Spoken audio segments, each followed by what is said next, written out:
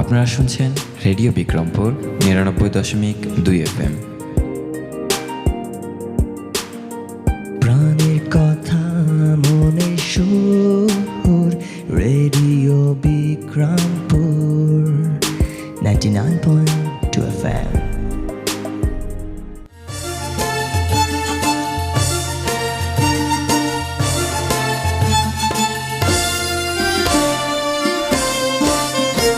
সব জয়ধ্বনি কর, তোরা সব জয়ধ্বনি কর, ওই নূতনের কেতনরে কাল বৈশাখীর ঝড়। তোরা সব জয়ধ্বনি কর, তোরা সব জয়ধ্বনি কর, ওই নূতনের কেতনরে কাল বৈশাখীর ঝড়। তোরা সব জয়ধ্বনি কর, তোরা সব জয়ধ্বনি কর।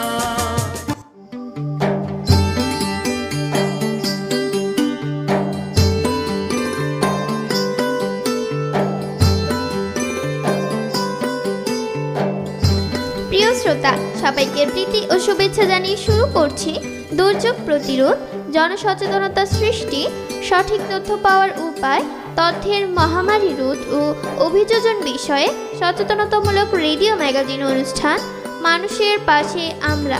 আজ শুনবেন অনুষ্ঠানের 20তম পর্ব। আমাদের এবারের বিষয় বজ্রপাতে আমাদের করণীয়। আজকের পুরো অনুষ্ঠান জুড়ে আপনাদের সাথে থাকবো আমি জেমি। প্রিয় শ্রোতা, আপনারা শুনছেন রেডিও বিক্রমপুর ৯৯.২ FM। অনুষ্ঠানটি আম্বালা ফাউন্ডেশনের সহায়তায় নির্মিত এবং অনুষ্ঠানটি প্রচারিত হচ্ছে রেডিও বিক্রমপুর ৯৯.২ FM এ। আমরা আমাদের অনুষ্ঠানের মাধ্যমে চেষ্টা করব বজ্রপাতে আমাদের করণীয় নিয়ে স্থানীয় পর্যায়ে জনসচেতনতা বাড়ানো। শ্রোতা, চলুন শুনে আসি আজকের অনুষ্ঠানে কি কি থাকছে। অনুষ্ঠানের প্রথমেই থাকছে বিষয়ভিত্তিক একটি কথিকা, তারপরই থাকছে বিষয়ভিত্তিক একটি গান এবং সর্বশেষে থাকছে বিষয়ভিত্তিক একটি নাটিকা। সকালের দিকে প্রচণ্ড তাপমাত্রা হয়, আর তখন এটি অনেক জলীয় বাষ্প তৈরি করে। এই জলীয় বাষ্পই বজ্রঝড় ও বজ্রপাতের প্রধান শক্তি। তাপমাত্রা যত বাড়বে তখনই জলীয় বাষ্প বা এ ধরনের শক্তিতেও তত বাড়বে। প্রিয় শ্রোতা, বজ্রপাতে আমাদের করণীয় কি তা সম্পর্কে সাধারণ কৃষক বা সাধারণ মানুষের এখনো তেমন কোনো ধারণা নেই। শ্রোতা বন্ধুরা, চলুন প্রথমেই বজ্রপাতে আমাদের করণীয় নিয়ে একটি কথিকা শুনে আসি। বজ্রপাত এখন আর নিছক কোনো দুর্ঘটনা নয়, এটা অন্যতম প্রধান প্রাকৃতিক দুর্যোগ হয়ে উঠেছে। কয়েক বছর আগে জানা যায় বিশ্বের সবচেয়ে বেশি বজ্রপাত হয়ে থাকে বাংলাদেশের সুনামগঞ্জ জেলা ও ভারতের মেঘালয় রাজ্য সীমান্তে। প্রতি বছর মার্চ থেকে মে পর্যন্ত বাংলাদেশে প্রতি বর্গ কিলোমিটার এলাকায় 40টি বজ্রপাত হয়। বছরে 150-র মতো লোকের মৃত্যুর খবর বিচ্ছিন্নভাবে সংবাদ মাধ্যমে প্রকাশিত হলেও প্রকৃতপক্ষে এ সংখ্যা 5 শতাধিক বলে আবহাওয়া সংশ্লিষ্ট সূত্রগুলো বলে থাকে। এ পরিসংখ্যান গা শিউরে ওঠার মতো। সাম্প্রতিক সময়ে প্রতিদিনই বজ্রপাতে অসংখ্য মানুষের মৃত্যুর খবর মিলছে, যা যে কারোর জন্যই ভয়ের কারণ। এমত অবস্থায় স্বাভাবিকভাবে জানতে ইচ্ছা জাগে বজ্রপাত থেকে আমরা কিভাবে বাঁচতে পারি। আমাদের আজকের আয়োজনে বজ্রপাত থেকে বাঁচার উপায় নিয়ে বিস্তর আলোচনা করব। তবে তার আগে আরও কিছু বিষয় আপনা আপনি সামনে চলে আসে, যা নিয়ে আলোচনা করাও বড্ড জরুরি। তা হলো বজ্রপাত কেন হয়, বজ্রপাতের সময় শব্দ কেন হয়, এটা কি পরিমাণ শক্তি উৎপন্ন করে এবং আমাদের দেশে বজ্রপাতের ঘটনা এত বেশি হওয়ার কারণ কি। খুব সংক্ষেপে ও সাবলীল ভাষায় একে একে প্রশ্নগুলোর উত্তর জানানোর চেষ্টা করব। চলুন অহেতুক কথা না বাড়িয়ে যাওয়া যাক মূল বিষয়ে। পানিচক্রের নিয়মে জলাধারের পানি বাষ্পীভূত হয়ে মেঘ আকারে আকাশে আশ্রয় নেয়। এই মেঘই হল বজ্রপাতের ব্যাটারি। বজ্রপাতের জন্য দায়ী মেঘ বৈদ্যুতিক চার্জের আধারের মতো আচরণ করে, যার উপরের অংশ পজিটিভ এবং নিচের অংশ নেগেটিভ চার্জে চার্জিত থাকে। মেঘ কিভাবে চার্জিত হয় তা নিয়ে বিজ্ঞানী মহলে বেশ মতভেদ থাকলেও সবচেয়ে প্রতিষ্ঠিত মতবাদ হচ্ছে পানিচক্রে জলকণা যখন ক্রমশ ঊর্ধ্বাকাশে উঠতে থাকে তখন তারা মেঘের নিচের দিকের বেশি ঘনীভূত বৃষ্টি বা তুষার কণার সাথে সংঘর্ষের মুখোমুখি হয়, যার ফলে উপরের দিকে উঠতে থাকা অনেক বাষ্পকণা বেশ কিছু ইলেকট্রন হারায়। এই মুক্ত ইলেকট্রনগুলো মেঘের তলদেশে জমা হয় এবং ইলেকট্রন হারানো পজিটিভ চার্জিত বাষ্পকণা মেঘের একেবারে উপর পৃষ্ঠে চলে যায়, যার ফলশ্রুতিতে মেঘগুলো শক্তিশালী ধারক বা ক্যাপাসিটরের বৈশিষ্ট্য লাভ করে। মেঘের 2 স্তরে চার্জ তারতম্যের কারণে সেখানে শক্তিশালী বৈদ্যুতিক ক্ষেত্র তৈরি হয়। এই বিদ্যুৎ ক্ষেত্রের শক্তি মেঘে সঞ্চিত চার্জের পরিমাণের উপর নির্ভর করে। এভাবে বাষ্পকণা ও মেঘের সংঘর্ষ চলতে চলতে মেঘের ওপরে এবং নিচে যথাক্রমে পজিটিভ ও নেগেটিভ চার্জের পরিমাণ বেড়ে গিয়ে এতটা শক্তিশালী বৈদ্যুতিক ক্ষেত্র তৈরি করে যে তার বিকর্ষণে পৃথিবী পৃষ্ঠে অবস্থানরত ইলেকট্রনগুলো ভূপৃষ্ঠের আরও গভীরে চলে যায়। ফলাফলস্বরূপ ওই নির্দিষ্ট এলাকার ভূপৃষ্ঠ শক্তিশালী পজিটিভ বিদ্যুৎ ক্ষেত্রে পরিণত হয়। এখন বজ্রপাতের জন্য শুধু যা প্রয়োজন তা হল বিদ্যুৎ প্রবাহের জন্য সামান্য একটু বাহক বা কন্ডাক্টর। কিন্তু আমরা জানি বাতাস বিদ্যুৎ অপরিবাহী, তাহলে বজ্রপাত কিভাবে হবে? মেঘের বিপুল শক্তিশালী বিদ্যুৎ ক্ষেত্র তার চারপাশের বাতাসের অপরিবাহী ধর্মকে নষ্ট করে দেয়, যাকে বলে ডাইইলেকট্রিক ব্রেকডাউন। মেঘে অবস্থিত বিদ্যুৎ ক্ষেত্র যখন যথেষ্ট শক্তিশালী হয় তখন তার আশেপাশের বাতাস পজিটিভ এবং নেগেটিভ চার্জে বিভক্ত হয়ে যায়। এই আয়নিত বাতাস প্লাজমা নামেও পরিচিত। বাতাস আয়নিত হয়ে মেঘ এবং ভূপৃষ্ঠের মধ্যে বিদ্যুৎ চলাচলের পথ বা শর্ট সার্কিট তৈরি করে দেয় এবং বজ্রপাত ঘটায়। এবার জানব বজ্রপাতের সময় শব্দ উৎপন্ন হয় কেন। ডিসচার্জ হওয়ার সময় বাতাসের মধ্য দিয়ে বিদ্যুৎ প্রবাহিত হয়, একে বলা হয় এয়ার ব্রেকডাউন। এ সময় বাতাসের যে চ্যানেলের মধ্য দিয়ে বিদ্যুৎ প্রবাহিত হয় তার তাপমাত্রা প্রায় ২৭,০০০ ডিগ্রি সেলসিয়াসে উন্নীত হয় এবং বাতাসের চাপ স্বাভাবিক চাপ থেকে 10 থেকে 100 গুণ পর্যন্ত বেড়ে যায়। এ চাপ এবং তাপমাত্রায় পৌঁছাতে সময় লাগে মাত্র 1 সেকেন্ডের কয়েক হাজার ভাগের 1 ভাগ। এত কম সময় তাপমাত্রা ও চাপের এত ব্যাপক পরিবর্তন চারপাশের বায়ুমণ্ডলকে প্রচণ্ড গতিতে সম্প্রসারিত করে। এ সময় যে শব্দ তরঙ্গ উৎপন্ন হয় সেটাই আমরা শুনতে পাই। আসুন এবার সবচাইতে ইন্টারেস্টিং বিষয়টা জেনে নেওয়া যাক। বিষয়টা হলো বজ্রপাতের সময় কি পরিমাণ শক্তি উৎপন্ন হয়। ভূমি থেকে 3 মাইল দূরত্বের বজ্রপাত গড়ে 1 বিলিয়ন থেকে 10 বিলিয়ন জুল শক্তি উৎপন্ন করে। একটি 100 ওয়াট বাল্ব 1 সেকেন্ড জ্বালাতে শক্তি খরচ হয় 100 জুল। সে হিসাবে 10 বিলিয়ন জুল শক্তি দিয়ে ওই বাল্বকে 1160 দিন বা প্রায় 39 মাস অবিরাম জ্বালানো যাবে। বৈদ্যুতিক শক্তি পরিমাপক একক কিলোওয়াট আওয়ার হিসাবে এ শক্তি ২৭,৮৪০ কিলোওয়াট আওয়ার। বাংলাদেশে একটি পরিবার গড়ে প্রতি মাসে প্রায় 100 থেকে 150 ইউনিট বিদ্যুৎ ব্যবহার করে। তার মানে একটি বজ্রপাতের বিদ্যুৎ শক্তি জমা করতে পারলে একটি পরিবার 185 মাস বা প্রায় 15 বছর বিনা পয়সায় বিদ্যুৎ ব্যবহার করতে পারবে। বজ্রপাত বেড়ে যাওয়ার কারণ হিসাবে জলবায়ু পরিবর্তন ও গ্রামে বড় গাছের সংখ্যা কমে যাওয়াকে দায়ী করছেন আবহাওয়াবিদরা। বড় গাছের অভাব বজ্রপাতে মৃত্যুর একটা কারণ হতে পারে।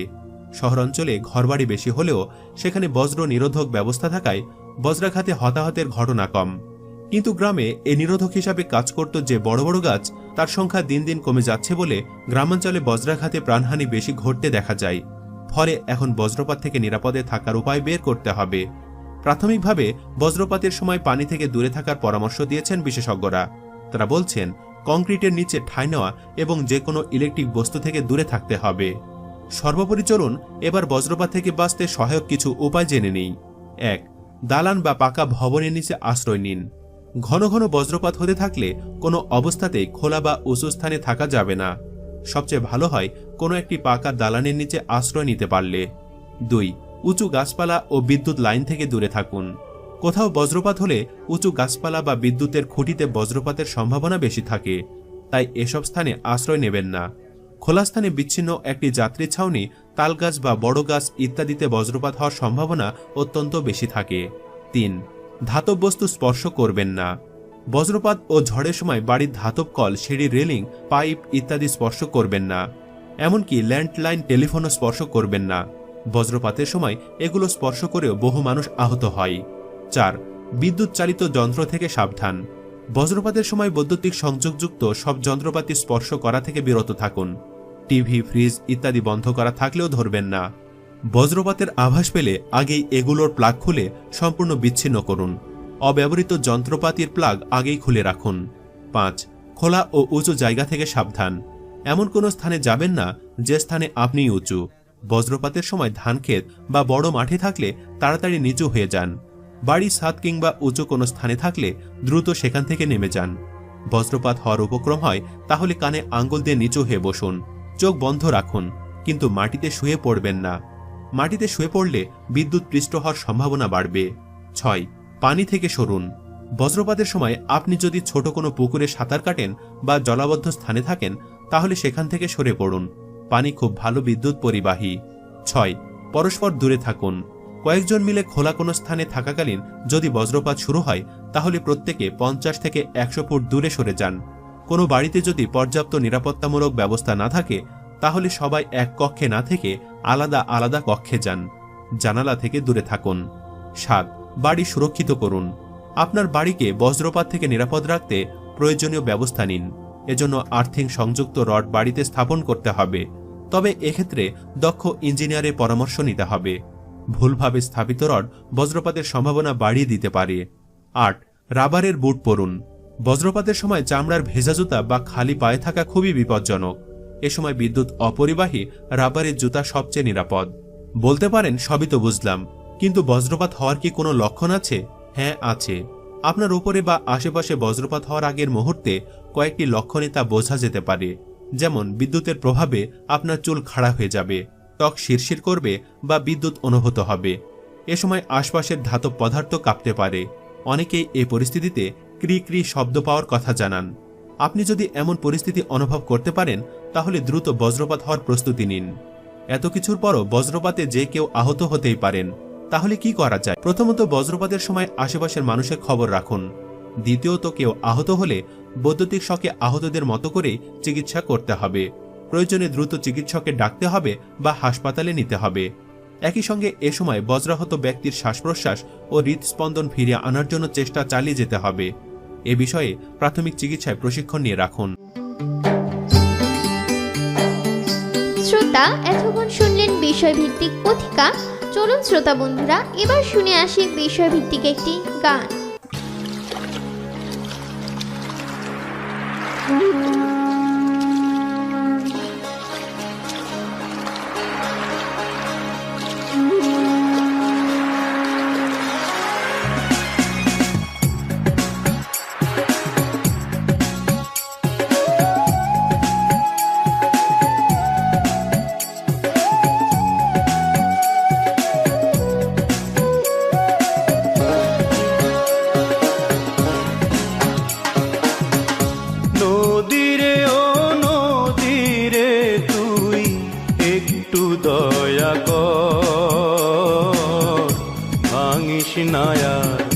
বাপের ভিটা বসত বাড়ি নদীরে ও নদীরে তুই একটু দয়া কর ভাঙিস নায়া বাপের ভিটা বসত বাড়ি ভাঙিস নায়া বাপের ভিটা বসত বাড়ি ঘর।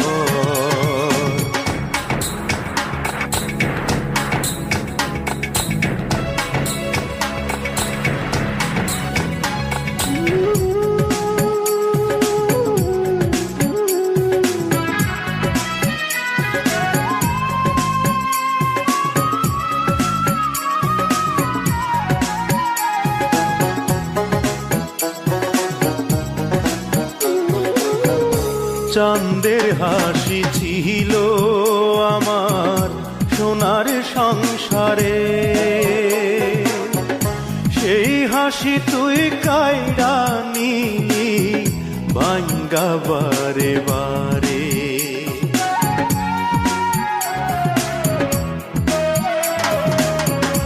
চাঁদের হাসি ছিল আমার সোনার সংসারে, সেই হাসি তুই কাইরা নিলি ভাঙ্গা বারে বারে। ও তুই এই তো ভাঙলি গেল বছর,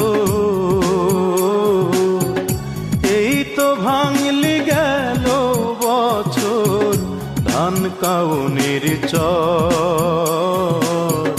ভাঙিস নায়ার বাপের ভিটা বসত বাড়ি ঘর। ভাঙিস নায়ার বাপের ভিটা বসত বাড়ি ঘর।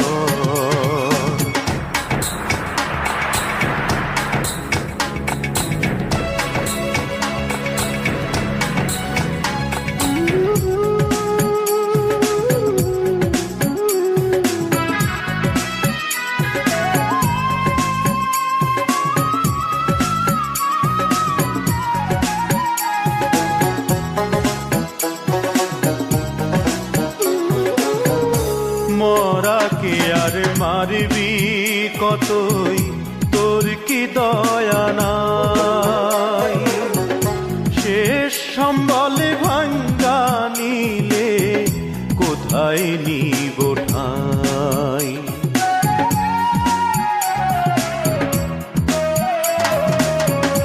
মরাকে আর মারবি কতই, তোর কি দয়া নাই? শেষ সম্বলে ভাঙ্গা নিলে কোথায় নিব ঠাই? জলীয় বাষ্প বেড়ে যাওয়া মানেই হলো ঝড়ের ঘনত্ব বেড়ে যাওয়া। বছরে 1 ডিগ্রি তাপমাত্রা বাড়ার কারণে 12% বজ্রঝড় বাড়ার সম্ভাবনা রয়েছে। শ্রোতা বন্ধুরা, এতক্ষণ শুনছিলাম বিষয়ভিত্তিক একটি চমৎকার গান। এবার শুনে আসা যাক বিষয়ভিত্তিক একটি নাটিকা।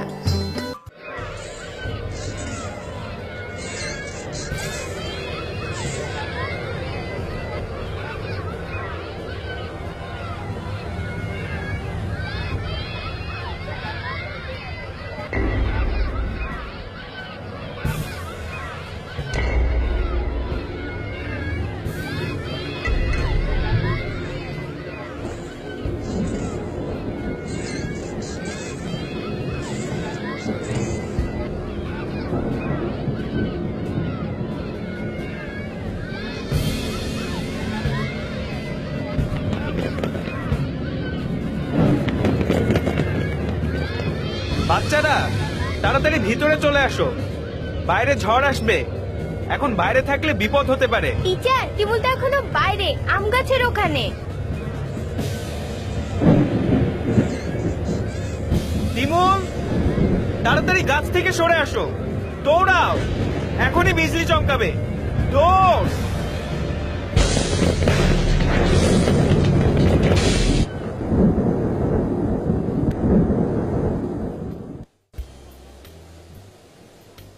ওহ, বাঁচা গেল। স্যার, আপনি কি করে জানলেন যে ঝড় আসছে?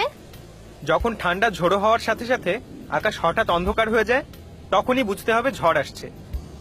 হ্যাঁ, হঠাৎ করে সব কেমন জানি কালো হয়ে গেল। বজ্রবৃষ্টি হঠাৎ করেই হয়। বজ্রবৃষ্টি নিয়ে আসে বজ্রমেঘ, যাকে আবহাওয়াবিদরা বলে কিউমুলোনিম্বাস। হ্যাঁ, কি মেঘ? হ্যাঁ তিমুল, এখানে দেখো, কিউমুলোনিম্বাস। এর জন্যই ভারী বৃষ্টি, বজ্রপাত, শিলা, দমকা হওয়া, এমনকি টর্নেডো হতে পারে। ও, কি বিশাল মেঘগুলো! এজন্যই সব এত তাড়াতাড়ি অন্ধকার হয়ে গেল। হ্যাঁ, কিউমুলোনিম্বাস মেঘের বৈশিষ্ট্য হচ্ছে এটি খুব তাড়াতাড়ি বড় হয়, 30 থেকে 60 মিনিটের মধ্যে। আচ্ছা স্যার, বছরের এই সময় কি ঝড় হওয়াটা খুব স্বাভাবিক ব্যাপার? হ্যাঁ বাদল, এখন এপ্রিল মাস চলছে। বজ্রবৃষ্টি, যাকে আমরা কালবৈশাখী বলি, সেটা সাধারণত মার্চ থেকে মে মাসে হয়। আবার হচ্ছে, আমি বজ্রপাতের সাউন্ড ভাল লাগে না, আমি ভয় পাই। একটু শান্ত হও তিমুল, বজ্রপাতের শব্দে তোমার ভয় পাওয়া উচিত না। বিজলি চমকে যাওয়ার পরে তুমি শব্দটা শুনতে পাচ্ছ। বিজলি আমাদেরকে ঝড়ের দূরত্ব জানতেও সাহায্য করে। সত্যি স্যার? কিভাবে? তুমি কোথাও বিজলি চমকাতে দেখলে গোনা শুরু করবে এর ঠিক কতক্ষণ পরে শব্দটা শুনতে পেলে। এই সংখ্যাটাকে 3 দিয়ে ভাগ করলে কিলোমিটারের দূরত্ব পেয়ে যাবে। গোনা সময়টা যত কমে আসবে, বজ্রমেঘ তত কাছাকাছি চলে আসবে।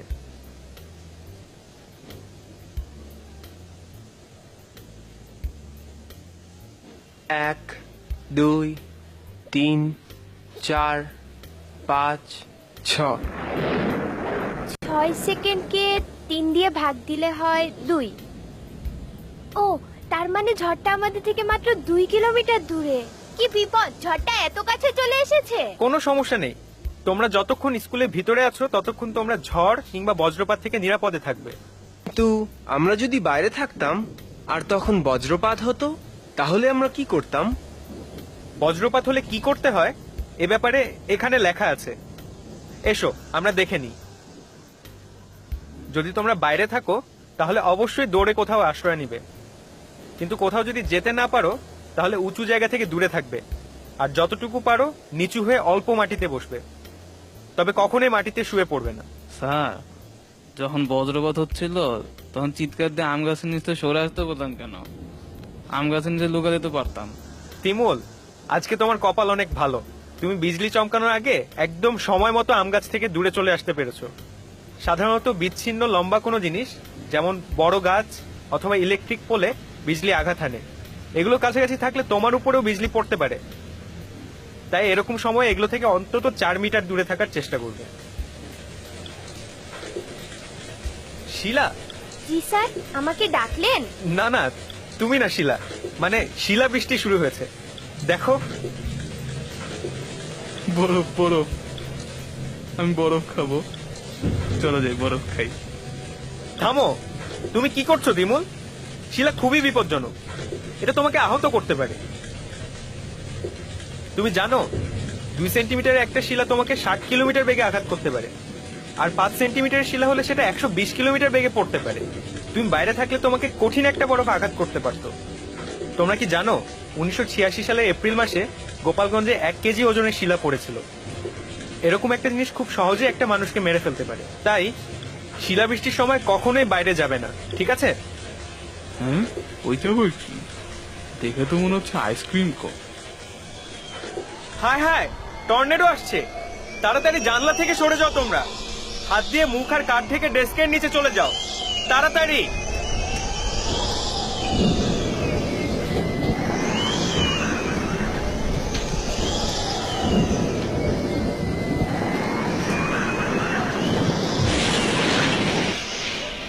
বাচ্চারা, ডেস্কের নিচেই থাকো আর হাত দিয়ে মাথাটা ঢেকে রাখো।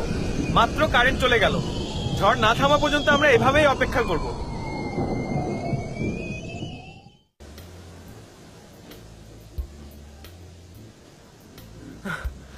সবাই ঠিক আছো তো? এ কি, তিমুল কোথায়? তিমুল, তুমি ডেস্কের নিচে যাওনি কেন? ভাগ্য ভালো যে তোমার তেমন কিছু হয়নি, কত বড় বিপদ ঘটতে পারত। বুঝলে তোমরা, এরপরে যখন বজ্রবৃষ্টি হবে তখন তাড়াতাড়ি চিন্তা করে কোথাও আশ্রয় নিবে। আজকে যা যা শিখেছো তা সব সময় মনে রাখবে, কারণ এটা তোমার জীবন বাঁচাতে পারে, ঠিক আছে?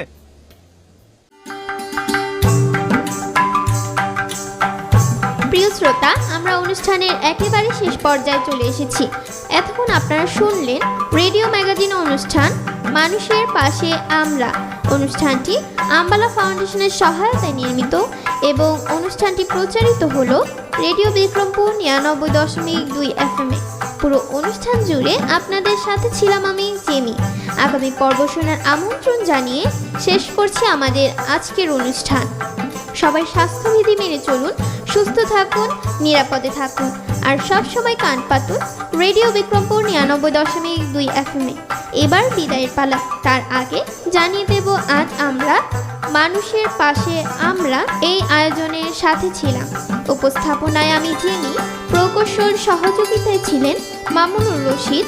অনুষ্ঠানটি নির্দেশনা ও পরিকল্পনায় ছিলেন মোহাম্মদ আওলাদ হোসেন খান শিবলি। অনুষ্ঠানটি প্রচার করছে রেডিও বিক্রমপুর 99.2 FM।